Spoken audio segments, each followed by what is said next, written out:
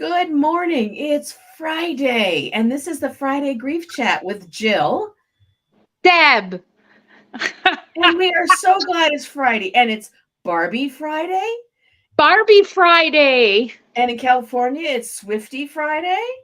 That's right. I mean, that's amazing what you just told me about how Taylor Swift changes the economy in that part of the state and the whole state, Wherever she lands. wherever she lands, because she brings in so much beyond local business. What an That's example for young incredible. women everywhere that this has not been easy. She's worked for it, right? This Right. has been a lot of work, and it's an unusual outcome for anybody, but she really does change the economy, and she's employed thousands of people, Yes.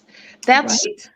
that's plus you're right. Whenever you travel with an entourage and then they hire people to put on the show, because we've had different people in the business who are at the venue and they're Mhm. hired to be there just for that.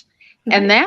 that's great in the hotels and the food Isn't that venues cool? and Yeah. Uber and everything. That's really great.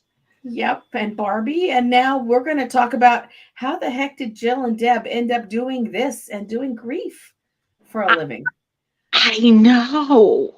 Deb, how did you decide what made you think you wanted to do grief and to help people in loss as part of your life's work? Not for a living, but as your life's work. Let's be clear about that. Yeah, because really in all my nursing, but even before that, when I was a CNA, and even before that, you know, I thought I was a good listener. However, looking back in my 30s and 40s, I may have been a good listener, but I I did what we tell people not to do. I compared a lot of my stories. And shared them instead of being present for them. And that's something that just happens. But I knew death was weird, at least the way it was presented to me when I was 7 or 8. And I just looked up when my grandparents died, my maternal ones. They died within 6 months of each other. And I was shipped off to a neighbor's house. Oh, And you my didn't get parents to. didn't talk about that. And then jump ahead. And if you think about it, so I was 8, and 6 years later, my dad dies. I'm 14, 6 years. And Mhm. once again, it's very weird. And I never got to see his body. And part of me said to myself, I'm never going to treat someone like this. There's Mhm. got to be more. And, I always felt there was something, I'm going to say, sacred and magical. And I'm going to use my words from back then. Like, there was a certain part of not just magic, but sacred, spiritual miracle when someone died. Not just when they lived, but when they died. Something cool must be going on. And so while I Mhm. read about it, and then as I got into nursing, and my first nursing job was the cancer hospice dump floor, which Oh, you were on in that the one. 80s, yes. And they had just started hospices around here in 89. And I also worked with AIDS patients Mhm. who were dying, and it's like all the things that nobody's going to talk about. Intimacy with AIDS patients when they're dying. I mean, that's like everything you and I talk about. And it just sort of grew from there. I was fascinated when this one patient, she was on oxygen, she was dying. I don't know what other meds, I don't remember the meds. And she's seeing a monkey on roller skates roll across from her bedroom, the rooftop. And I'm like, what images is she seeing? Mm-hmm. What Where are they coming archetypes? from? Mm-hmm. Where are they coming from? And then learning also everything else you don't talk about as far as metaphysics and the occult. Man, this was all playing together. And here I am, 67, and a damn good weirdo. A professional one. I am a professional one, yes. And that's what took me to here. How about you? When did you start this? You know what? I have a picture of me conducting a funeral when I was about 7 years old in our backyard for some animal that all the neighborhood kids had apparently found. And they're all lined up around me, and I'm wearing a choir robe, and everyone's holding a flower, and I am carrying forth, hands up, yes, doing the funeral. And I'm so glad that Pat Grannon caught that picture. So apparently I've been doing it for a little while. You've been doing it for a little while also. Yeah, but I also, my dad was the one that everyone thought was the grandfather at school, right? He was older than my mom and the oldest dad. And so I had older relatives. I grew up going to funerals. In our family, you didn't get sent away. In our family, you went to the visitation, you went to the funeral, you went to the reception afterward, you wrote in the book, you helped out handing out the prayer cards or whatever the cards were for the funeral. You were part and parcel of all of it. That was normal. Wow. And when my grandmother died when I was 13, we were all part of picking out what dress she would wear, what casket she would be in, all of that sort of thing. And then my mom took us all to the florist so we could each pick out a flower to place in her hands. And we went back to the mortuary, and her three granddaughters picked up her hands and put her flowers in her hands. And then when she was shipped out to be buried in Florida, and when the casket arrived, she had our flowers in the casket with her. Oh, there was no fear. The death was not something to be feared. It was something to be talked about. Mm-hmm. Maybe to excess. My grandmother on my mom's side, well, so-and-so, Aunt so-and-so, and she was born this year and she died of this at this age. Those were the important things. When you were born, when you died, and what you died of. Maybe not what you did with your life, but those things were important. So death was part of conversation. I'm sort of jealous, but then again, I wouldn't be who I am today. Right. I was very lucky. And when I decided that I was not going to be a history professor, because that was something I had considered, I instead joined our local AIDS project in the very beginning of the crisis. I was the very first social worker. I was not professionally trained as a social worker, but I had the people skills and the social skills and the connections. Mm-hmm. And to be frank, nobody wanted to work with AIDS patients. Right. Everybody died. We had a shelter. We would go into hospitals. We would pull people from the hospital in our cars and take them out and take them to our shelter and spend quality time with them. And within, a couple days to a few months, they were gone. And right. This constant turnover. And so grief was part of, and coping with anticipatory grief, and staff grief, and staff coping, and staff learning how to do one loss after another and grieve and then keep going. That was my introduction to heavy duty grief work. I was very lucky. It was heart-wrenching, but I was very lucky. you know, one, look at your big heart from back when you were little and you were so comfortable. I mean, I think we both came from the right path to get to we, where we are now, yes, yes. And, right? oh, there we go. Another call. I apologize. And so that it was perfect for us. I Mhm. sort of gained not callousness, but a a moving Perspective. curiosity about what really happens from brain chemistry to the body. I totally admit, and I remember I was in my 20s and I had taken a CNA 6-week class. And I only knew of Kubler-Ross back then. Those were the What we books had. in the 70s That's what we and had. the early 80s. That's all we had. And there was I know this sounds weird. I'll never forget my first person that I got to whisper to, "It's okay to die." And her name was Jenny.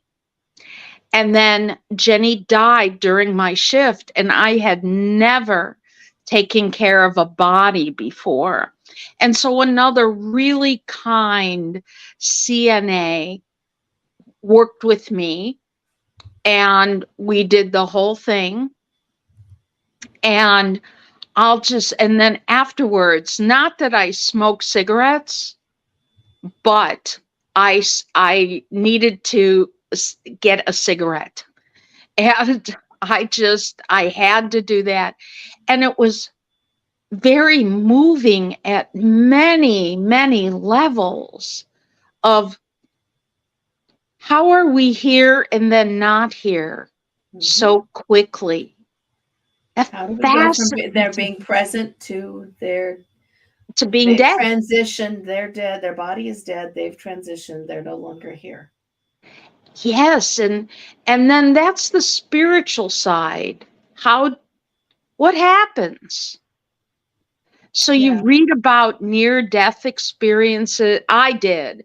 I read about near death. I read about back in 2000, I believe, there was,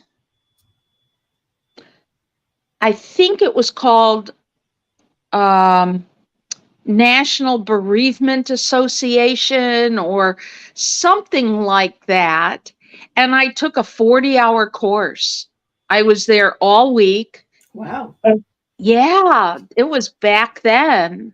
And like I said, in the year 2000, so that I could learn more. And then 23 years later, here I am giving Nice. talks at places like that.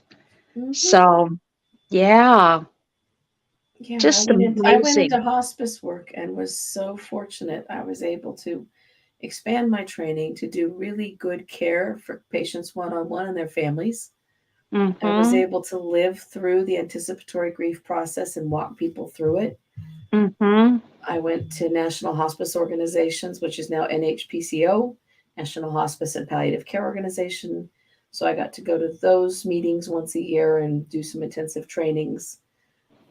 And we had some back in the day high tech ones where you could, have an audience come in and do what was essentially a live feed, which took an extraordinary amount of work. But we did that for our local community through our hospice, and we'd have Ken Mhm. Doka come in and do presentations once a year. And Yes. so, Yes. but the ability to walk people through end of life repeatedly was a tremendous gift to me, and it allowed me to see how many different ways people can grieve ahead of time and how many ways they can grieve after. And yet, we didn't have curriculum for our grief groups that matched that. The No. Grief No. curriculums are written for you will do this and then this and then this and then this, and that's how it works, and that's not how it works. No. You know, I working in hospice, the nursing side, and working in long-term care even when I was a CNA, it's amazing. And it's like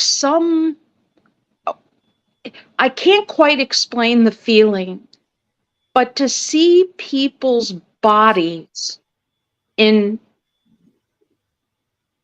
all these different ways, from their bodies there, but they're not, Mm-hmm. or they are there, but their body is. There was one woman I would have these conversations with. And when I say conversation, not communicating with words, but with her eyes, the only way you could get nutrition in her is very slowly, Mm-hmm. and it was thickened, and you poured it down into her throat. Wow. That was it. I mean, there was no other way of drinking or eating. And yet she was there. Right. And you were able to talk to her and communicate with her, although she couldn't communicate back. Right. Mm-hmm. And these are all, I think, a type of death, a loss that, vibrant 1 minute, only communicate with your eyes The next. and the next, and you're not dead. Right. So talking to people, communicating with people who are not dead, but their body is sort of, but they're there. As the opposite with dementia and Alzheimer's, it's a whole different. And that's a whole mixed bag too, because sometimes someone with dementia is still very much present. Right. They may not recognize the who and the where, but they're present and they still have words to say. That's right. They still have messages to give, and they still need to be heard and feel heard. And to be present with the myriad of losses around that is like a gift. It is. I was doing a podcast with Joe Muirhead yesterday because we're doing a symposium next month, and I'm facilitating a conversation about working with the older population. She's struggling to find a third professional who works with older folks to come in and talk about why it's important that in the future, more of our healthcare professionals and mental health professionals be prepared to work with the older population. Dementia is what scares people. Dementia scares people off because nobody wants to think about it, and they don't want to see all those losses, and they see their possible future in it too. Yes. Right? Yes.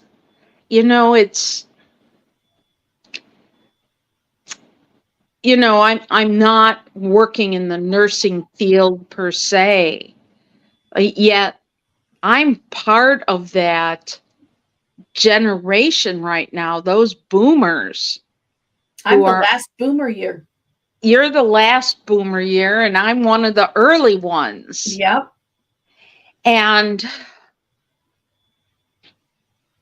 the joke for me, well, I chuckled with all the nursing homes I've been in.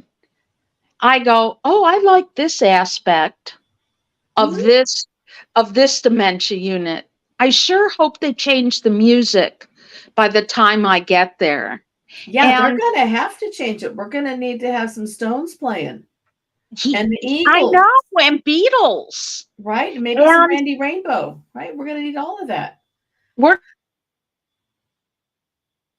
Right. None of this others. Stones. Right. The Eagles, one of them just died. We're going to need, early 60s Herman's Hermits. Uh-huh. Yeah. And then what's with all these like rooster paintings? We're going Those to need to want go. Peter Max, Mm-hmm. Andy Warhol, Right. 60s big boho, everything. And I think about that. Maybe I should contact Jill. Yes. And Because it's all those not sweet Jill, but flowered things are Joe. not. Yeah, No, because all those sweet flowered things are not. They're that's pretty not, and they make the families feel better, but we want to connect with the people wwho were there, right? Because yes, music is what connects us. exactly. I mean, Elvis, yes, they play Elvis also, but that's what enticed the 30-year-olds then, Mhm. right? They were already, But you know, Tony Bennett was singing his favorite songs up to a couple days before he died because people yes, who are at end of life who are also in dementia are likely to still react to music. So are other people. right, Yeah. right. What else drew you into doing end of life and grief? Were there experiences that kept you doing it? Was it doing funerals and memorials? What's kept you present in this world? The spirituality that I express. I will say, while your first funeral that you led was um a pet or It was for probably a somebody's, mouse that a cat a killed, to be mouse, honest. right, I know, something like that. right. And my first was back in the mid 70s when I was in the dorm. They would give us a heads up in this particular dorm if anybody was coming by to see if we had pot plants. And the pot plants, I did a funeral. Everybody meet me at the garbage can. At so my first funeral and prayers were around a garbage can to release your beloved pot plants. There you However, go. yeah, that's the humor side of me. But one of the very first funerals, I must have been in my early 20s. My grandmother died, right? Like 3 months after my daughter was born. Um, on my paternal side. Hmm. And so the other people, my cousins, all the cousins, they wanted me to speak at the funeral. So, not really ever attending a funeral, I said, well, everybody write down their memories and I'll put it together and I'll read them. And it was a very, not only, some fears of public speaking and how to be yourself at a funeral, but I didn't really have any funerals before that, maybe one or two. You didn't have anything to reflect back on. No, so I just made up my own and how I did that. And it was great to be able to tell funny stories and serious stories from the grandkid perspective and weave everybody together. On the other hand, my daughter's 10 and her gerbil dies. And I really wasn't into touching dead things at that point. I mean, people, but it's a little more sterile. No, my daughter just picked it up and handed it to me and said, can we wrap it in nice cloths and bury it? She was very upset. Can we say something, right? And I go, sure.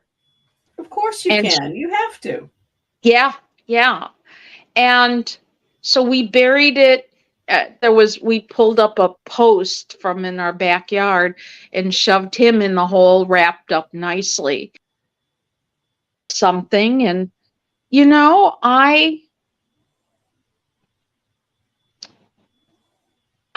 think that's where some of my beginnings in my 20s. Mm-hmm. But even before that, the fact that I didn't get to attend anything. Right. So I'm going to redo this for a lot of people. I just was, how could I have not gone to any funerals? Because my mom could not handle things that emotionally handle loss. So her parents died, both of them within 6 months. That When would be she was overwhelming. what, 35, and then Right. her husband died, or 32 or 33, really, Right. right? And then her husband dies six. I mean, she just That would be not. overwhelming. And she had a young child depending on her too. Yeah, Two. Yeah. two of them. Two of you. So Yeah, she had her hands full. yeah, yeah, yeah. You know, the I other thing that got me into doing this was because there were so many therapists who didn't know how to do grief and loss and were totally weird about it, uncomfortable with it. When I mm-hmm, started writing books about it and going to conferences with the books, I would literally watch therapists make a giant like arc around my table so that they didn't have to talk to the grief person. And I found if I didn't put grief over my head and I just said I'm here because I've got children's books, then they might approach. But when they saw they were about dead pets and dead people, then they scattered too. Social workers, not so much. They love that stuff and they just like, woof, look, right? right, Um, right. but we had, I witnessed so many therapists being unable to even have the words. And when I would teach programs at some of these conferences, I'd have to start with the basics about what dying looks like because they had never witnessed it. And yet they were trying Mm-hmm. to help people who were grieving, but they didn't know what the grievers had just experienced. Right? There was so much missing Yeah, in the yeah. educational process and so much missing in the training. So, how are you supposed to do grief well if you don't know what death looks like? And you think that grief is 5 stages and they go in a linear fashion. That was the other thing that drew me in was we need to change the conversation. We need to Mm-hmm. have conversations about death, dying, grief, loss, and dementia because we don't have those conversations. Do you do you think that not everywhere, obviously, but do you think and do you feel, do you sense, and do you observe people are more interested in death once they get to a certain age? You know, I would love to think that, but even I was at our Project Food the other night where we take our social workers to volunteer to work with the homeless. And I was speaking to one of the people on staff there, and she said, "You know, we've got all of our," she knows my mom died. She said, "We've got all of our stuff done. We've got a trust done. It dawned on me from talking to you, our kids don't know where any of that stuff is." I said, "Have you made final arrangements for yourself?" And she's went, "What?" I said, "You know, you want to be cremated. Have you chosen a place and done the stuff and given them what you want at your funeral so they don't have to worry that, so they know that they're doing what you want?" "Well, they're going to know." And I said, "Have you thought about doing it for them?" She said, "No, I, I hadn't." And this is someone who's had loss of parents, loss of a child, like they've had losses, but it just hadn't dawned on them that they need to converse about this with their adult kids. And their adult kids are my age. So they're not Mm-hmm. kids. They're in their 50s and Right. 60s. And so I think that people don't. If it's not a family where the conversations occur naturally, it's not a family where the conversations occur naturally, right? Mm-hmm. Steve says, understanding the hospice and dying process is something many aren't able to wrap their heads around. And that's true. And we need our professionals, our medical professionals, and our social work professionals, and our allied health professionals, and our therapists to know how to do that. Wow. That's partly why we do this, because people didn't have a place to take their grief during the pandemic, Deb. That's right. That's right. And I don't know what maybe you have an idea, except to keep doing what I'm doing as far as talking about it, being, as I've been deemed by at least family members, be inappropriate. Talk about what other people aren't talking about. Be a disruptor. I know that's an overused term, but really for this, it's a real term. Yes, I know you've got your stuff done. Have you talked to your kids about it? Right? My daughter, yeah. Right? Do you have your funeral plan? Do your kids know what you want? If someone you know is dying, have you talked to someone to figure out what you can do? Those conversations should be happening everywhere, and they're not. Right. And yeah, I think just writing it out plainly. I'll talk to Daryl. This is what is being done for us. And, and you don't have to worry about that, because we have somebody else who's power of attorney, and they'll take care of these things for us. So if you my want daughter's scattered, tell them where you want to be scattered. Oh no, I'll be buried, because I promised one of the kids it's okay to be buried with Daryl in the same plot. Nice. Yeah, we got the plot. That's all done. Now we have to go to a funeral home and start making payments on a plan. Blah, blah. Yeah. Yep. You're right, Steve. Many people are not educated enough to know it's a process, and we got to have the education. Here's something else that I know it's almost toward the end of our program, but I did want to say, people aren't educated on settling an estate of your parents, and so they think, very rarely is it 6 months or less. Yeah. Very rarely. Mostly they all think, it should be done in a few months. Are you kidding me? It takes. You got to file taxes for the next year.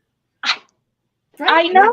As long as the estate's open, there are taxes. We should do an estate one. Let's find a couple of estate planner folks to talk about what's involved. Because right now I'm in the midst of doing probate for my mom. And untangling some stuff that occurred because people weren't paying attention to a senior citizen. Yeah. And let's talk about what things should happen. And if you've got a trust, please tell someone you've got a trust. And if you've got advance directives and advance arrangements, they need to know where. Yeah. Otherwise, mama's going to the wrong mortuary. Right. And then that's expensive, because you got to pay to move them. You can't send them in a cab. Uber does not move people who are not still living. It's much more expensive than an Uber ride. Just saying. And there's your humor for today's Grace and Grief. All right. So we will see you guys back here next week. We'll be in August, won't we? Yes, we will. We will. Here comes August, folks. Let's open it up with some more conversations about humor and grace and grief. Thanks, everyone. Bye-bye.